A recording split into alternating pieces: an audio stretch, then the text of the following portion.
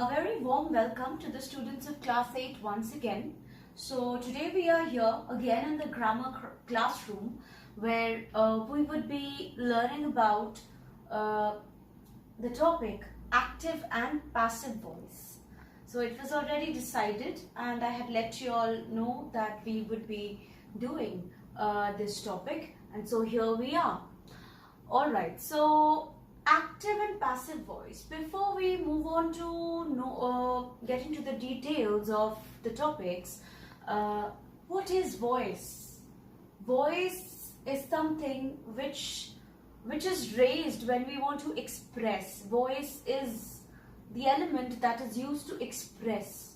Alright, so whenever we have to express something in a sentence with the help of a sentence, we have to say something and we have to identify it over there, or put our focus on something which becomes the subject of the sentence.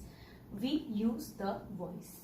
So voice is a very essential, is a part of English grammar, okay, and so it helps us in putting our focus or moving our focus on different subjects. All right. So over here, let us see. Now, before moving on to the proper part of the topic, we had already done transitive and intransitive verbs. All right. So transitive verbs are those kinds of verbs which require object. I know we remember, isn't it? And over here, if you look at the board, we can see transitive verbs. Obviously, they are the ones which have an object, isn't it? It can be a direct object. At times it also takes indirect object. So transitive verbs are those verbs which take a passive voice or passive voice. But intransitive verbs, where the action does not transmit to the object from the subject, which is the main definition for the transitive verbs, that the action has to transmit to the object, has to transfer to the object. So that is why that there has to be a doer and there has to be another entity to whom the action has been done.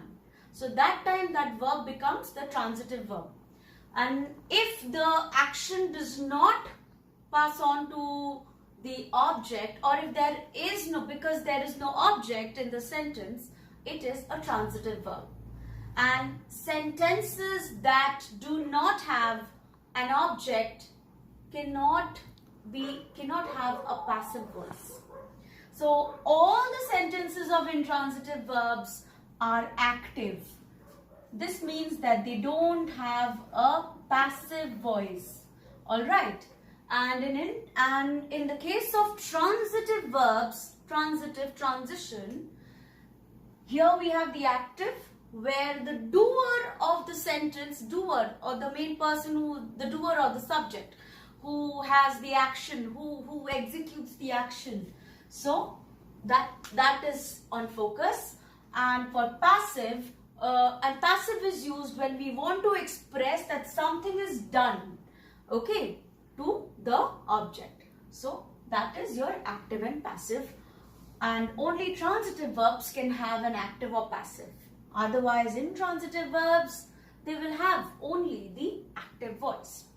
Now, for example, we have a sentence over here that is first in active and then it is changed into passive. So, they made him king. They over here, this is the subject, this is the verb, and this is the object. So, when we change it to passive, a few changes occur. Alright.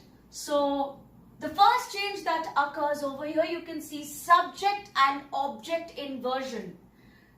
They literally do not become, the object does not become the subject and subject does not become the object. Alright, do not make this mistake.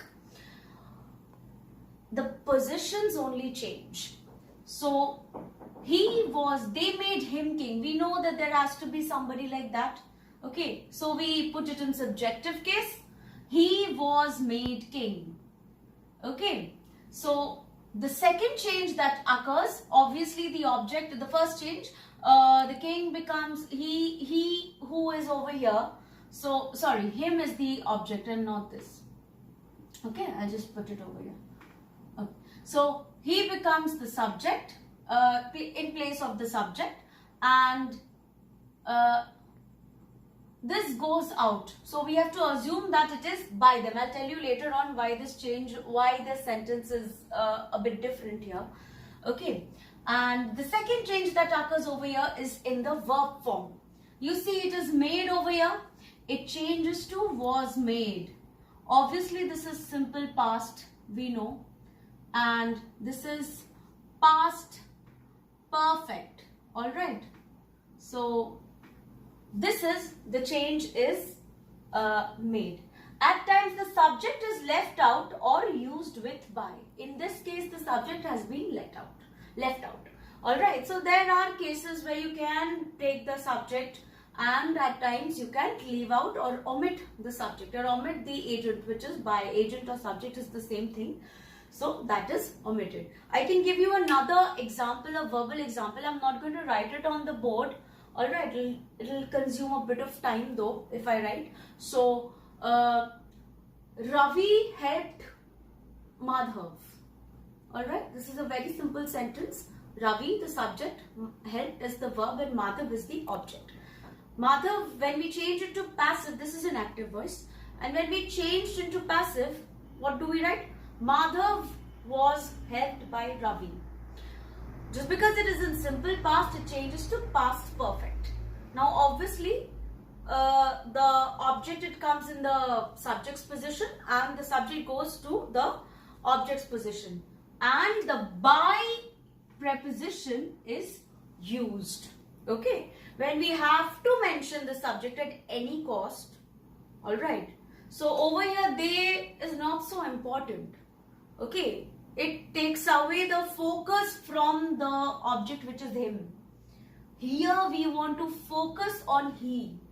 So that is why we omit they at all. Okay.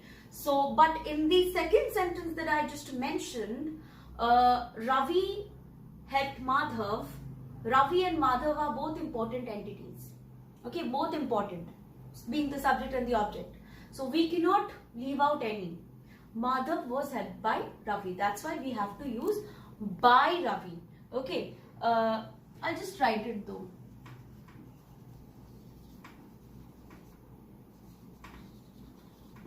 So this is important and this is important, not leaving any. Alright, so this is your basic understanding about active and passive voice. Alright, so from here we are going to take it to the next level. So now we are going to talk about the transformations, where I'm not going to maybe mention the verb transformations, the tense transformations that happens when we do active and passive voice, only because it is already there in your books. Okay, so please refer to the table while you are learning about the transformations that happen, how from simple present and from then simple past, then simple future, and likewise with the continuous tenses and the perfect tenses. Okay, how perfect continuous tense, how does it change, and more of it we are going to discuss in our online sessions. Okay, so here we have already talked about this. Now I would like to mention one point. Now there are some verbs, usually when we have to take an indirect or direct object. Alright, let us look here. If a verb, okay, if the verb takes both direct object and an indirect object in the active voice, okay, what we do, how do we change it to a passive voice? Either of them becomes the subject. Either we take this or we take that. But let me tell you what is preferred. The indirect object is mostly preferred. Okay, we don't much prefer the direct object. It doesn't sound so nice.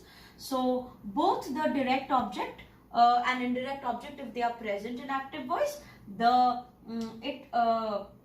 this is preferred more, and the other is retained. Okay, either of them can become the subject, but the indirect object is preferred and the Other is absolutely retained, means it is not used. We are going to discuss about the changes that take place when we change from active to passive in a way. Now, I am not going to give you a detailed explanation, or I'm not going to point out how or what tenses or how the tenses, how the verbs change, because it is already there in your grammar trees, the prescribed the books for your in your syllabus. It is already there, very beautifully made in a sort of a table. Okay, we are going to refer to that in our online sessions. We are going to clear doubts with those. All right, so we are not going to take them, but there you have to know that a certain change occurs. Okay, what we can, so I'm going to just focus on a few of the important things that are not there in the book. Okay, the first thing is that both, if an active voice, a sentence in an active voice takes both direct and indirect object, either can become the subject. Okay, and the other is retained, not used as the subject. Here not used means not used in the sentence, it is retained in the subject. Okay, it is retained in the sentence, but it is not given a lot of preference. Okay, all right, or not, it's not the focus. So, but we usually prefer the indirect object to be the preference. For example, if I give this example as Mr. Krishnaji teaches us grammar. Okay, so we can write it in both ways. Grammar is taught to us by Mr. Krishnaji, or we are taught grammar by Mr. Krishnaji. Okay, so here you see what are we doing. First, grammar is taught to us. Okay, Mr. Krishnaji teaches us grammar. Us over here is the indirect object. It becomes the subject. We are putting it as the subject, like we are taught grammar by Mr. Krishnaji, isn't it? This is more, this is preferred more. Okay, grammar is taught to us, which is grammar is the direct object. We can make it into a sentence, but it is not preferred much.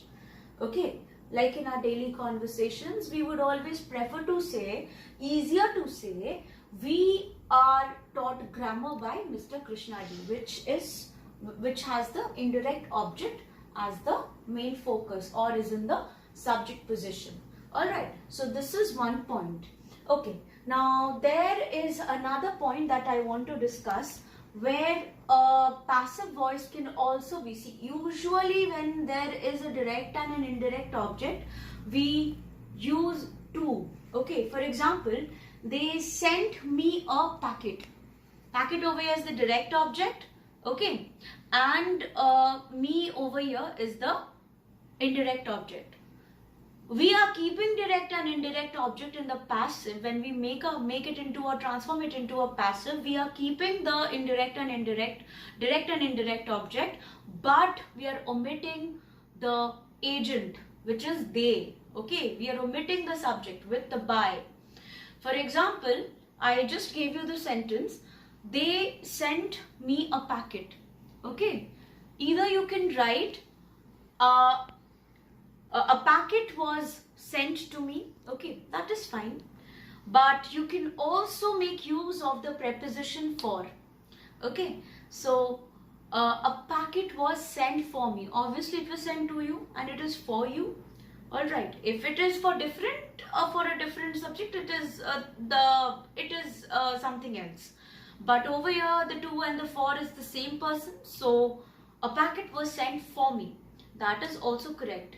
Okay, and we are omitting with the by and the subject. Okay, so that is the correct usage of the passive voice. Now we move on to why do we use or when do we use the passive voice. Over here, let us see. First of all, it is there in your book, so I've not written it in detail. I'm not giving a detailed explanation for this. When to use the passive voice? The first thing, we use it in formal writing. Alright, I think in class 6 or maybe in 7 we had watched a video. I think I remember, or maybe it is already told to you, that this was usually in formal writing. Forms are filled up. Alright, printing is done here, or Xerox done here. Non-veg is not served in this restaurant. Okay, so in formal writing we use passive voice. Even while writing letters, we do use passive voice. And in the second case, the uncertain agent, when we have an uncertain agent like someone, anyone, okay, none, or you don't know who the agent is, a name has not been given to the subject, okay, there we can use the passive voice. All right, and we omit the by at times. So for example, for this, if I say someone has invited me to the party, so when I change it into passive voice, I write I have been invited to the party. I am completely omitting the someone. Okay, I already assume that someone has invited me. I would generally not write it in the active voice, not express myself in the active voice regarding this. Okay, I'll just express myself in the passive voice. I will say, I was invited to the party. I won't say someone or who or no, I'm uncertain about it, okay? So that is where we use the passive voice. And if we want to make the agent a prominent one, alright? So that is also, that is where we use the passive voice, and there even we sometimes omit the by and the agent.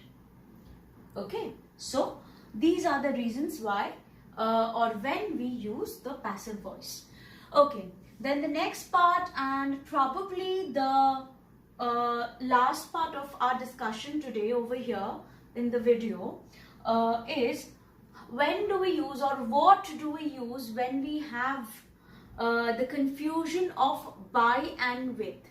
For example, if you have a sentence, the dog or he hit the dog with the stick. Okay, he hit the dog with the stick. Now whenever you have to use an instrument, you will always apply with a stick. But when we have to change it into a passive voice, how are we going to write it? We will write it in this manner. The dog was hit with a stick, or the dog was hit by him with a stick. The dog was hit by the boy with a stick. So by is used in case of the person and with is used in case of the instrument. Alright. So these are the main points that we need to incorporate while we learn active and passive. Now this is going to help you write better sentences, write better content, and it is going to be very, very beneficial to you and when you are doing or learning grammar. Okay, so that's it. This is what we have regarding active and passive voice. We would remember which kind of verbs do have an active or a passive voice, which is the transitive. We're going to remember when we use the passive voice. All right. Obviously, we're going to memorize and we're going to learn the tenses, the changes in tenses that occur when we change to passive voice. We're going to remember these changes, the general changes that actually occur when passive is made. Okay. Now, some verbs, when I talked about that, I just missed out this point. There are some verbs, they allow for in place of to. Okay.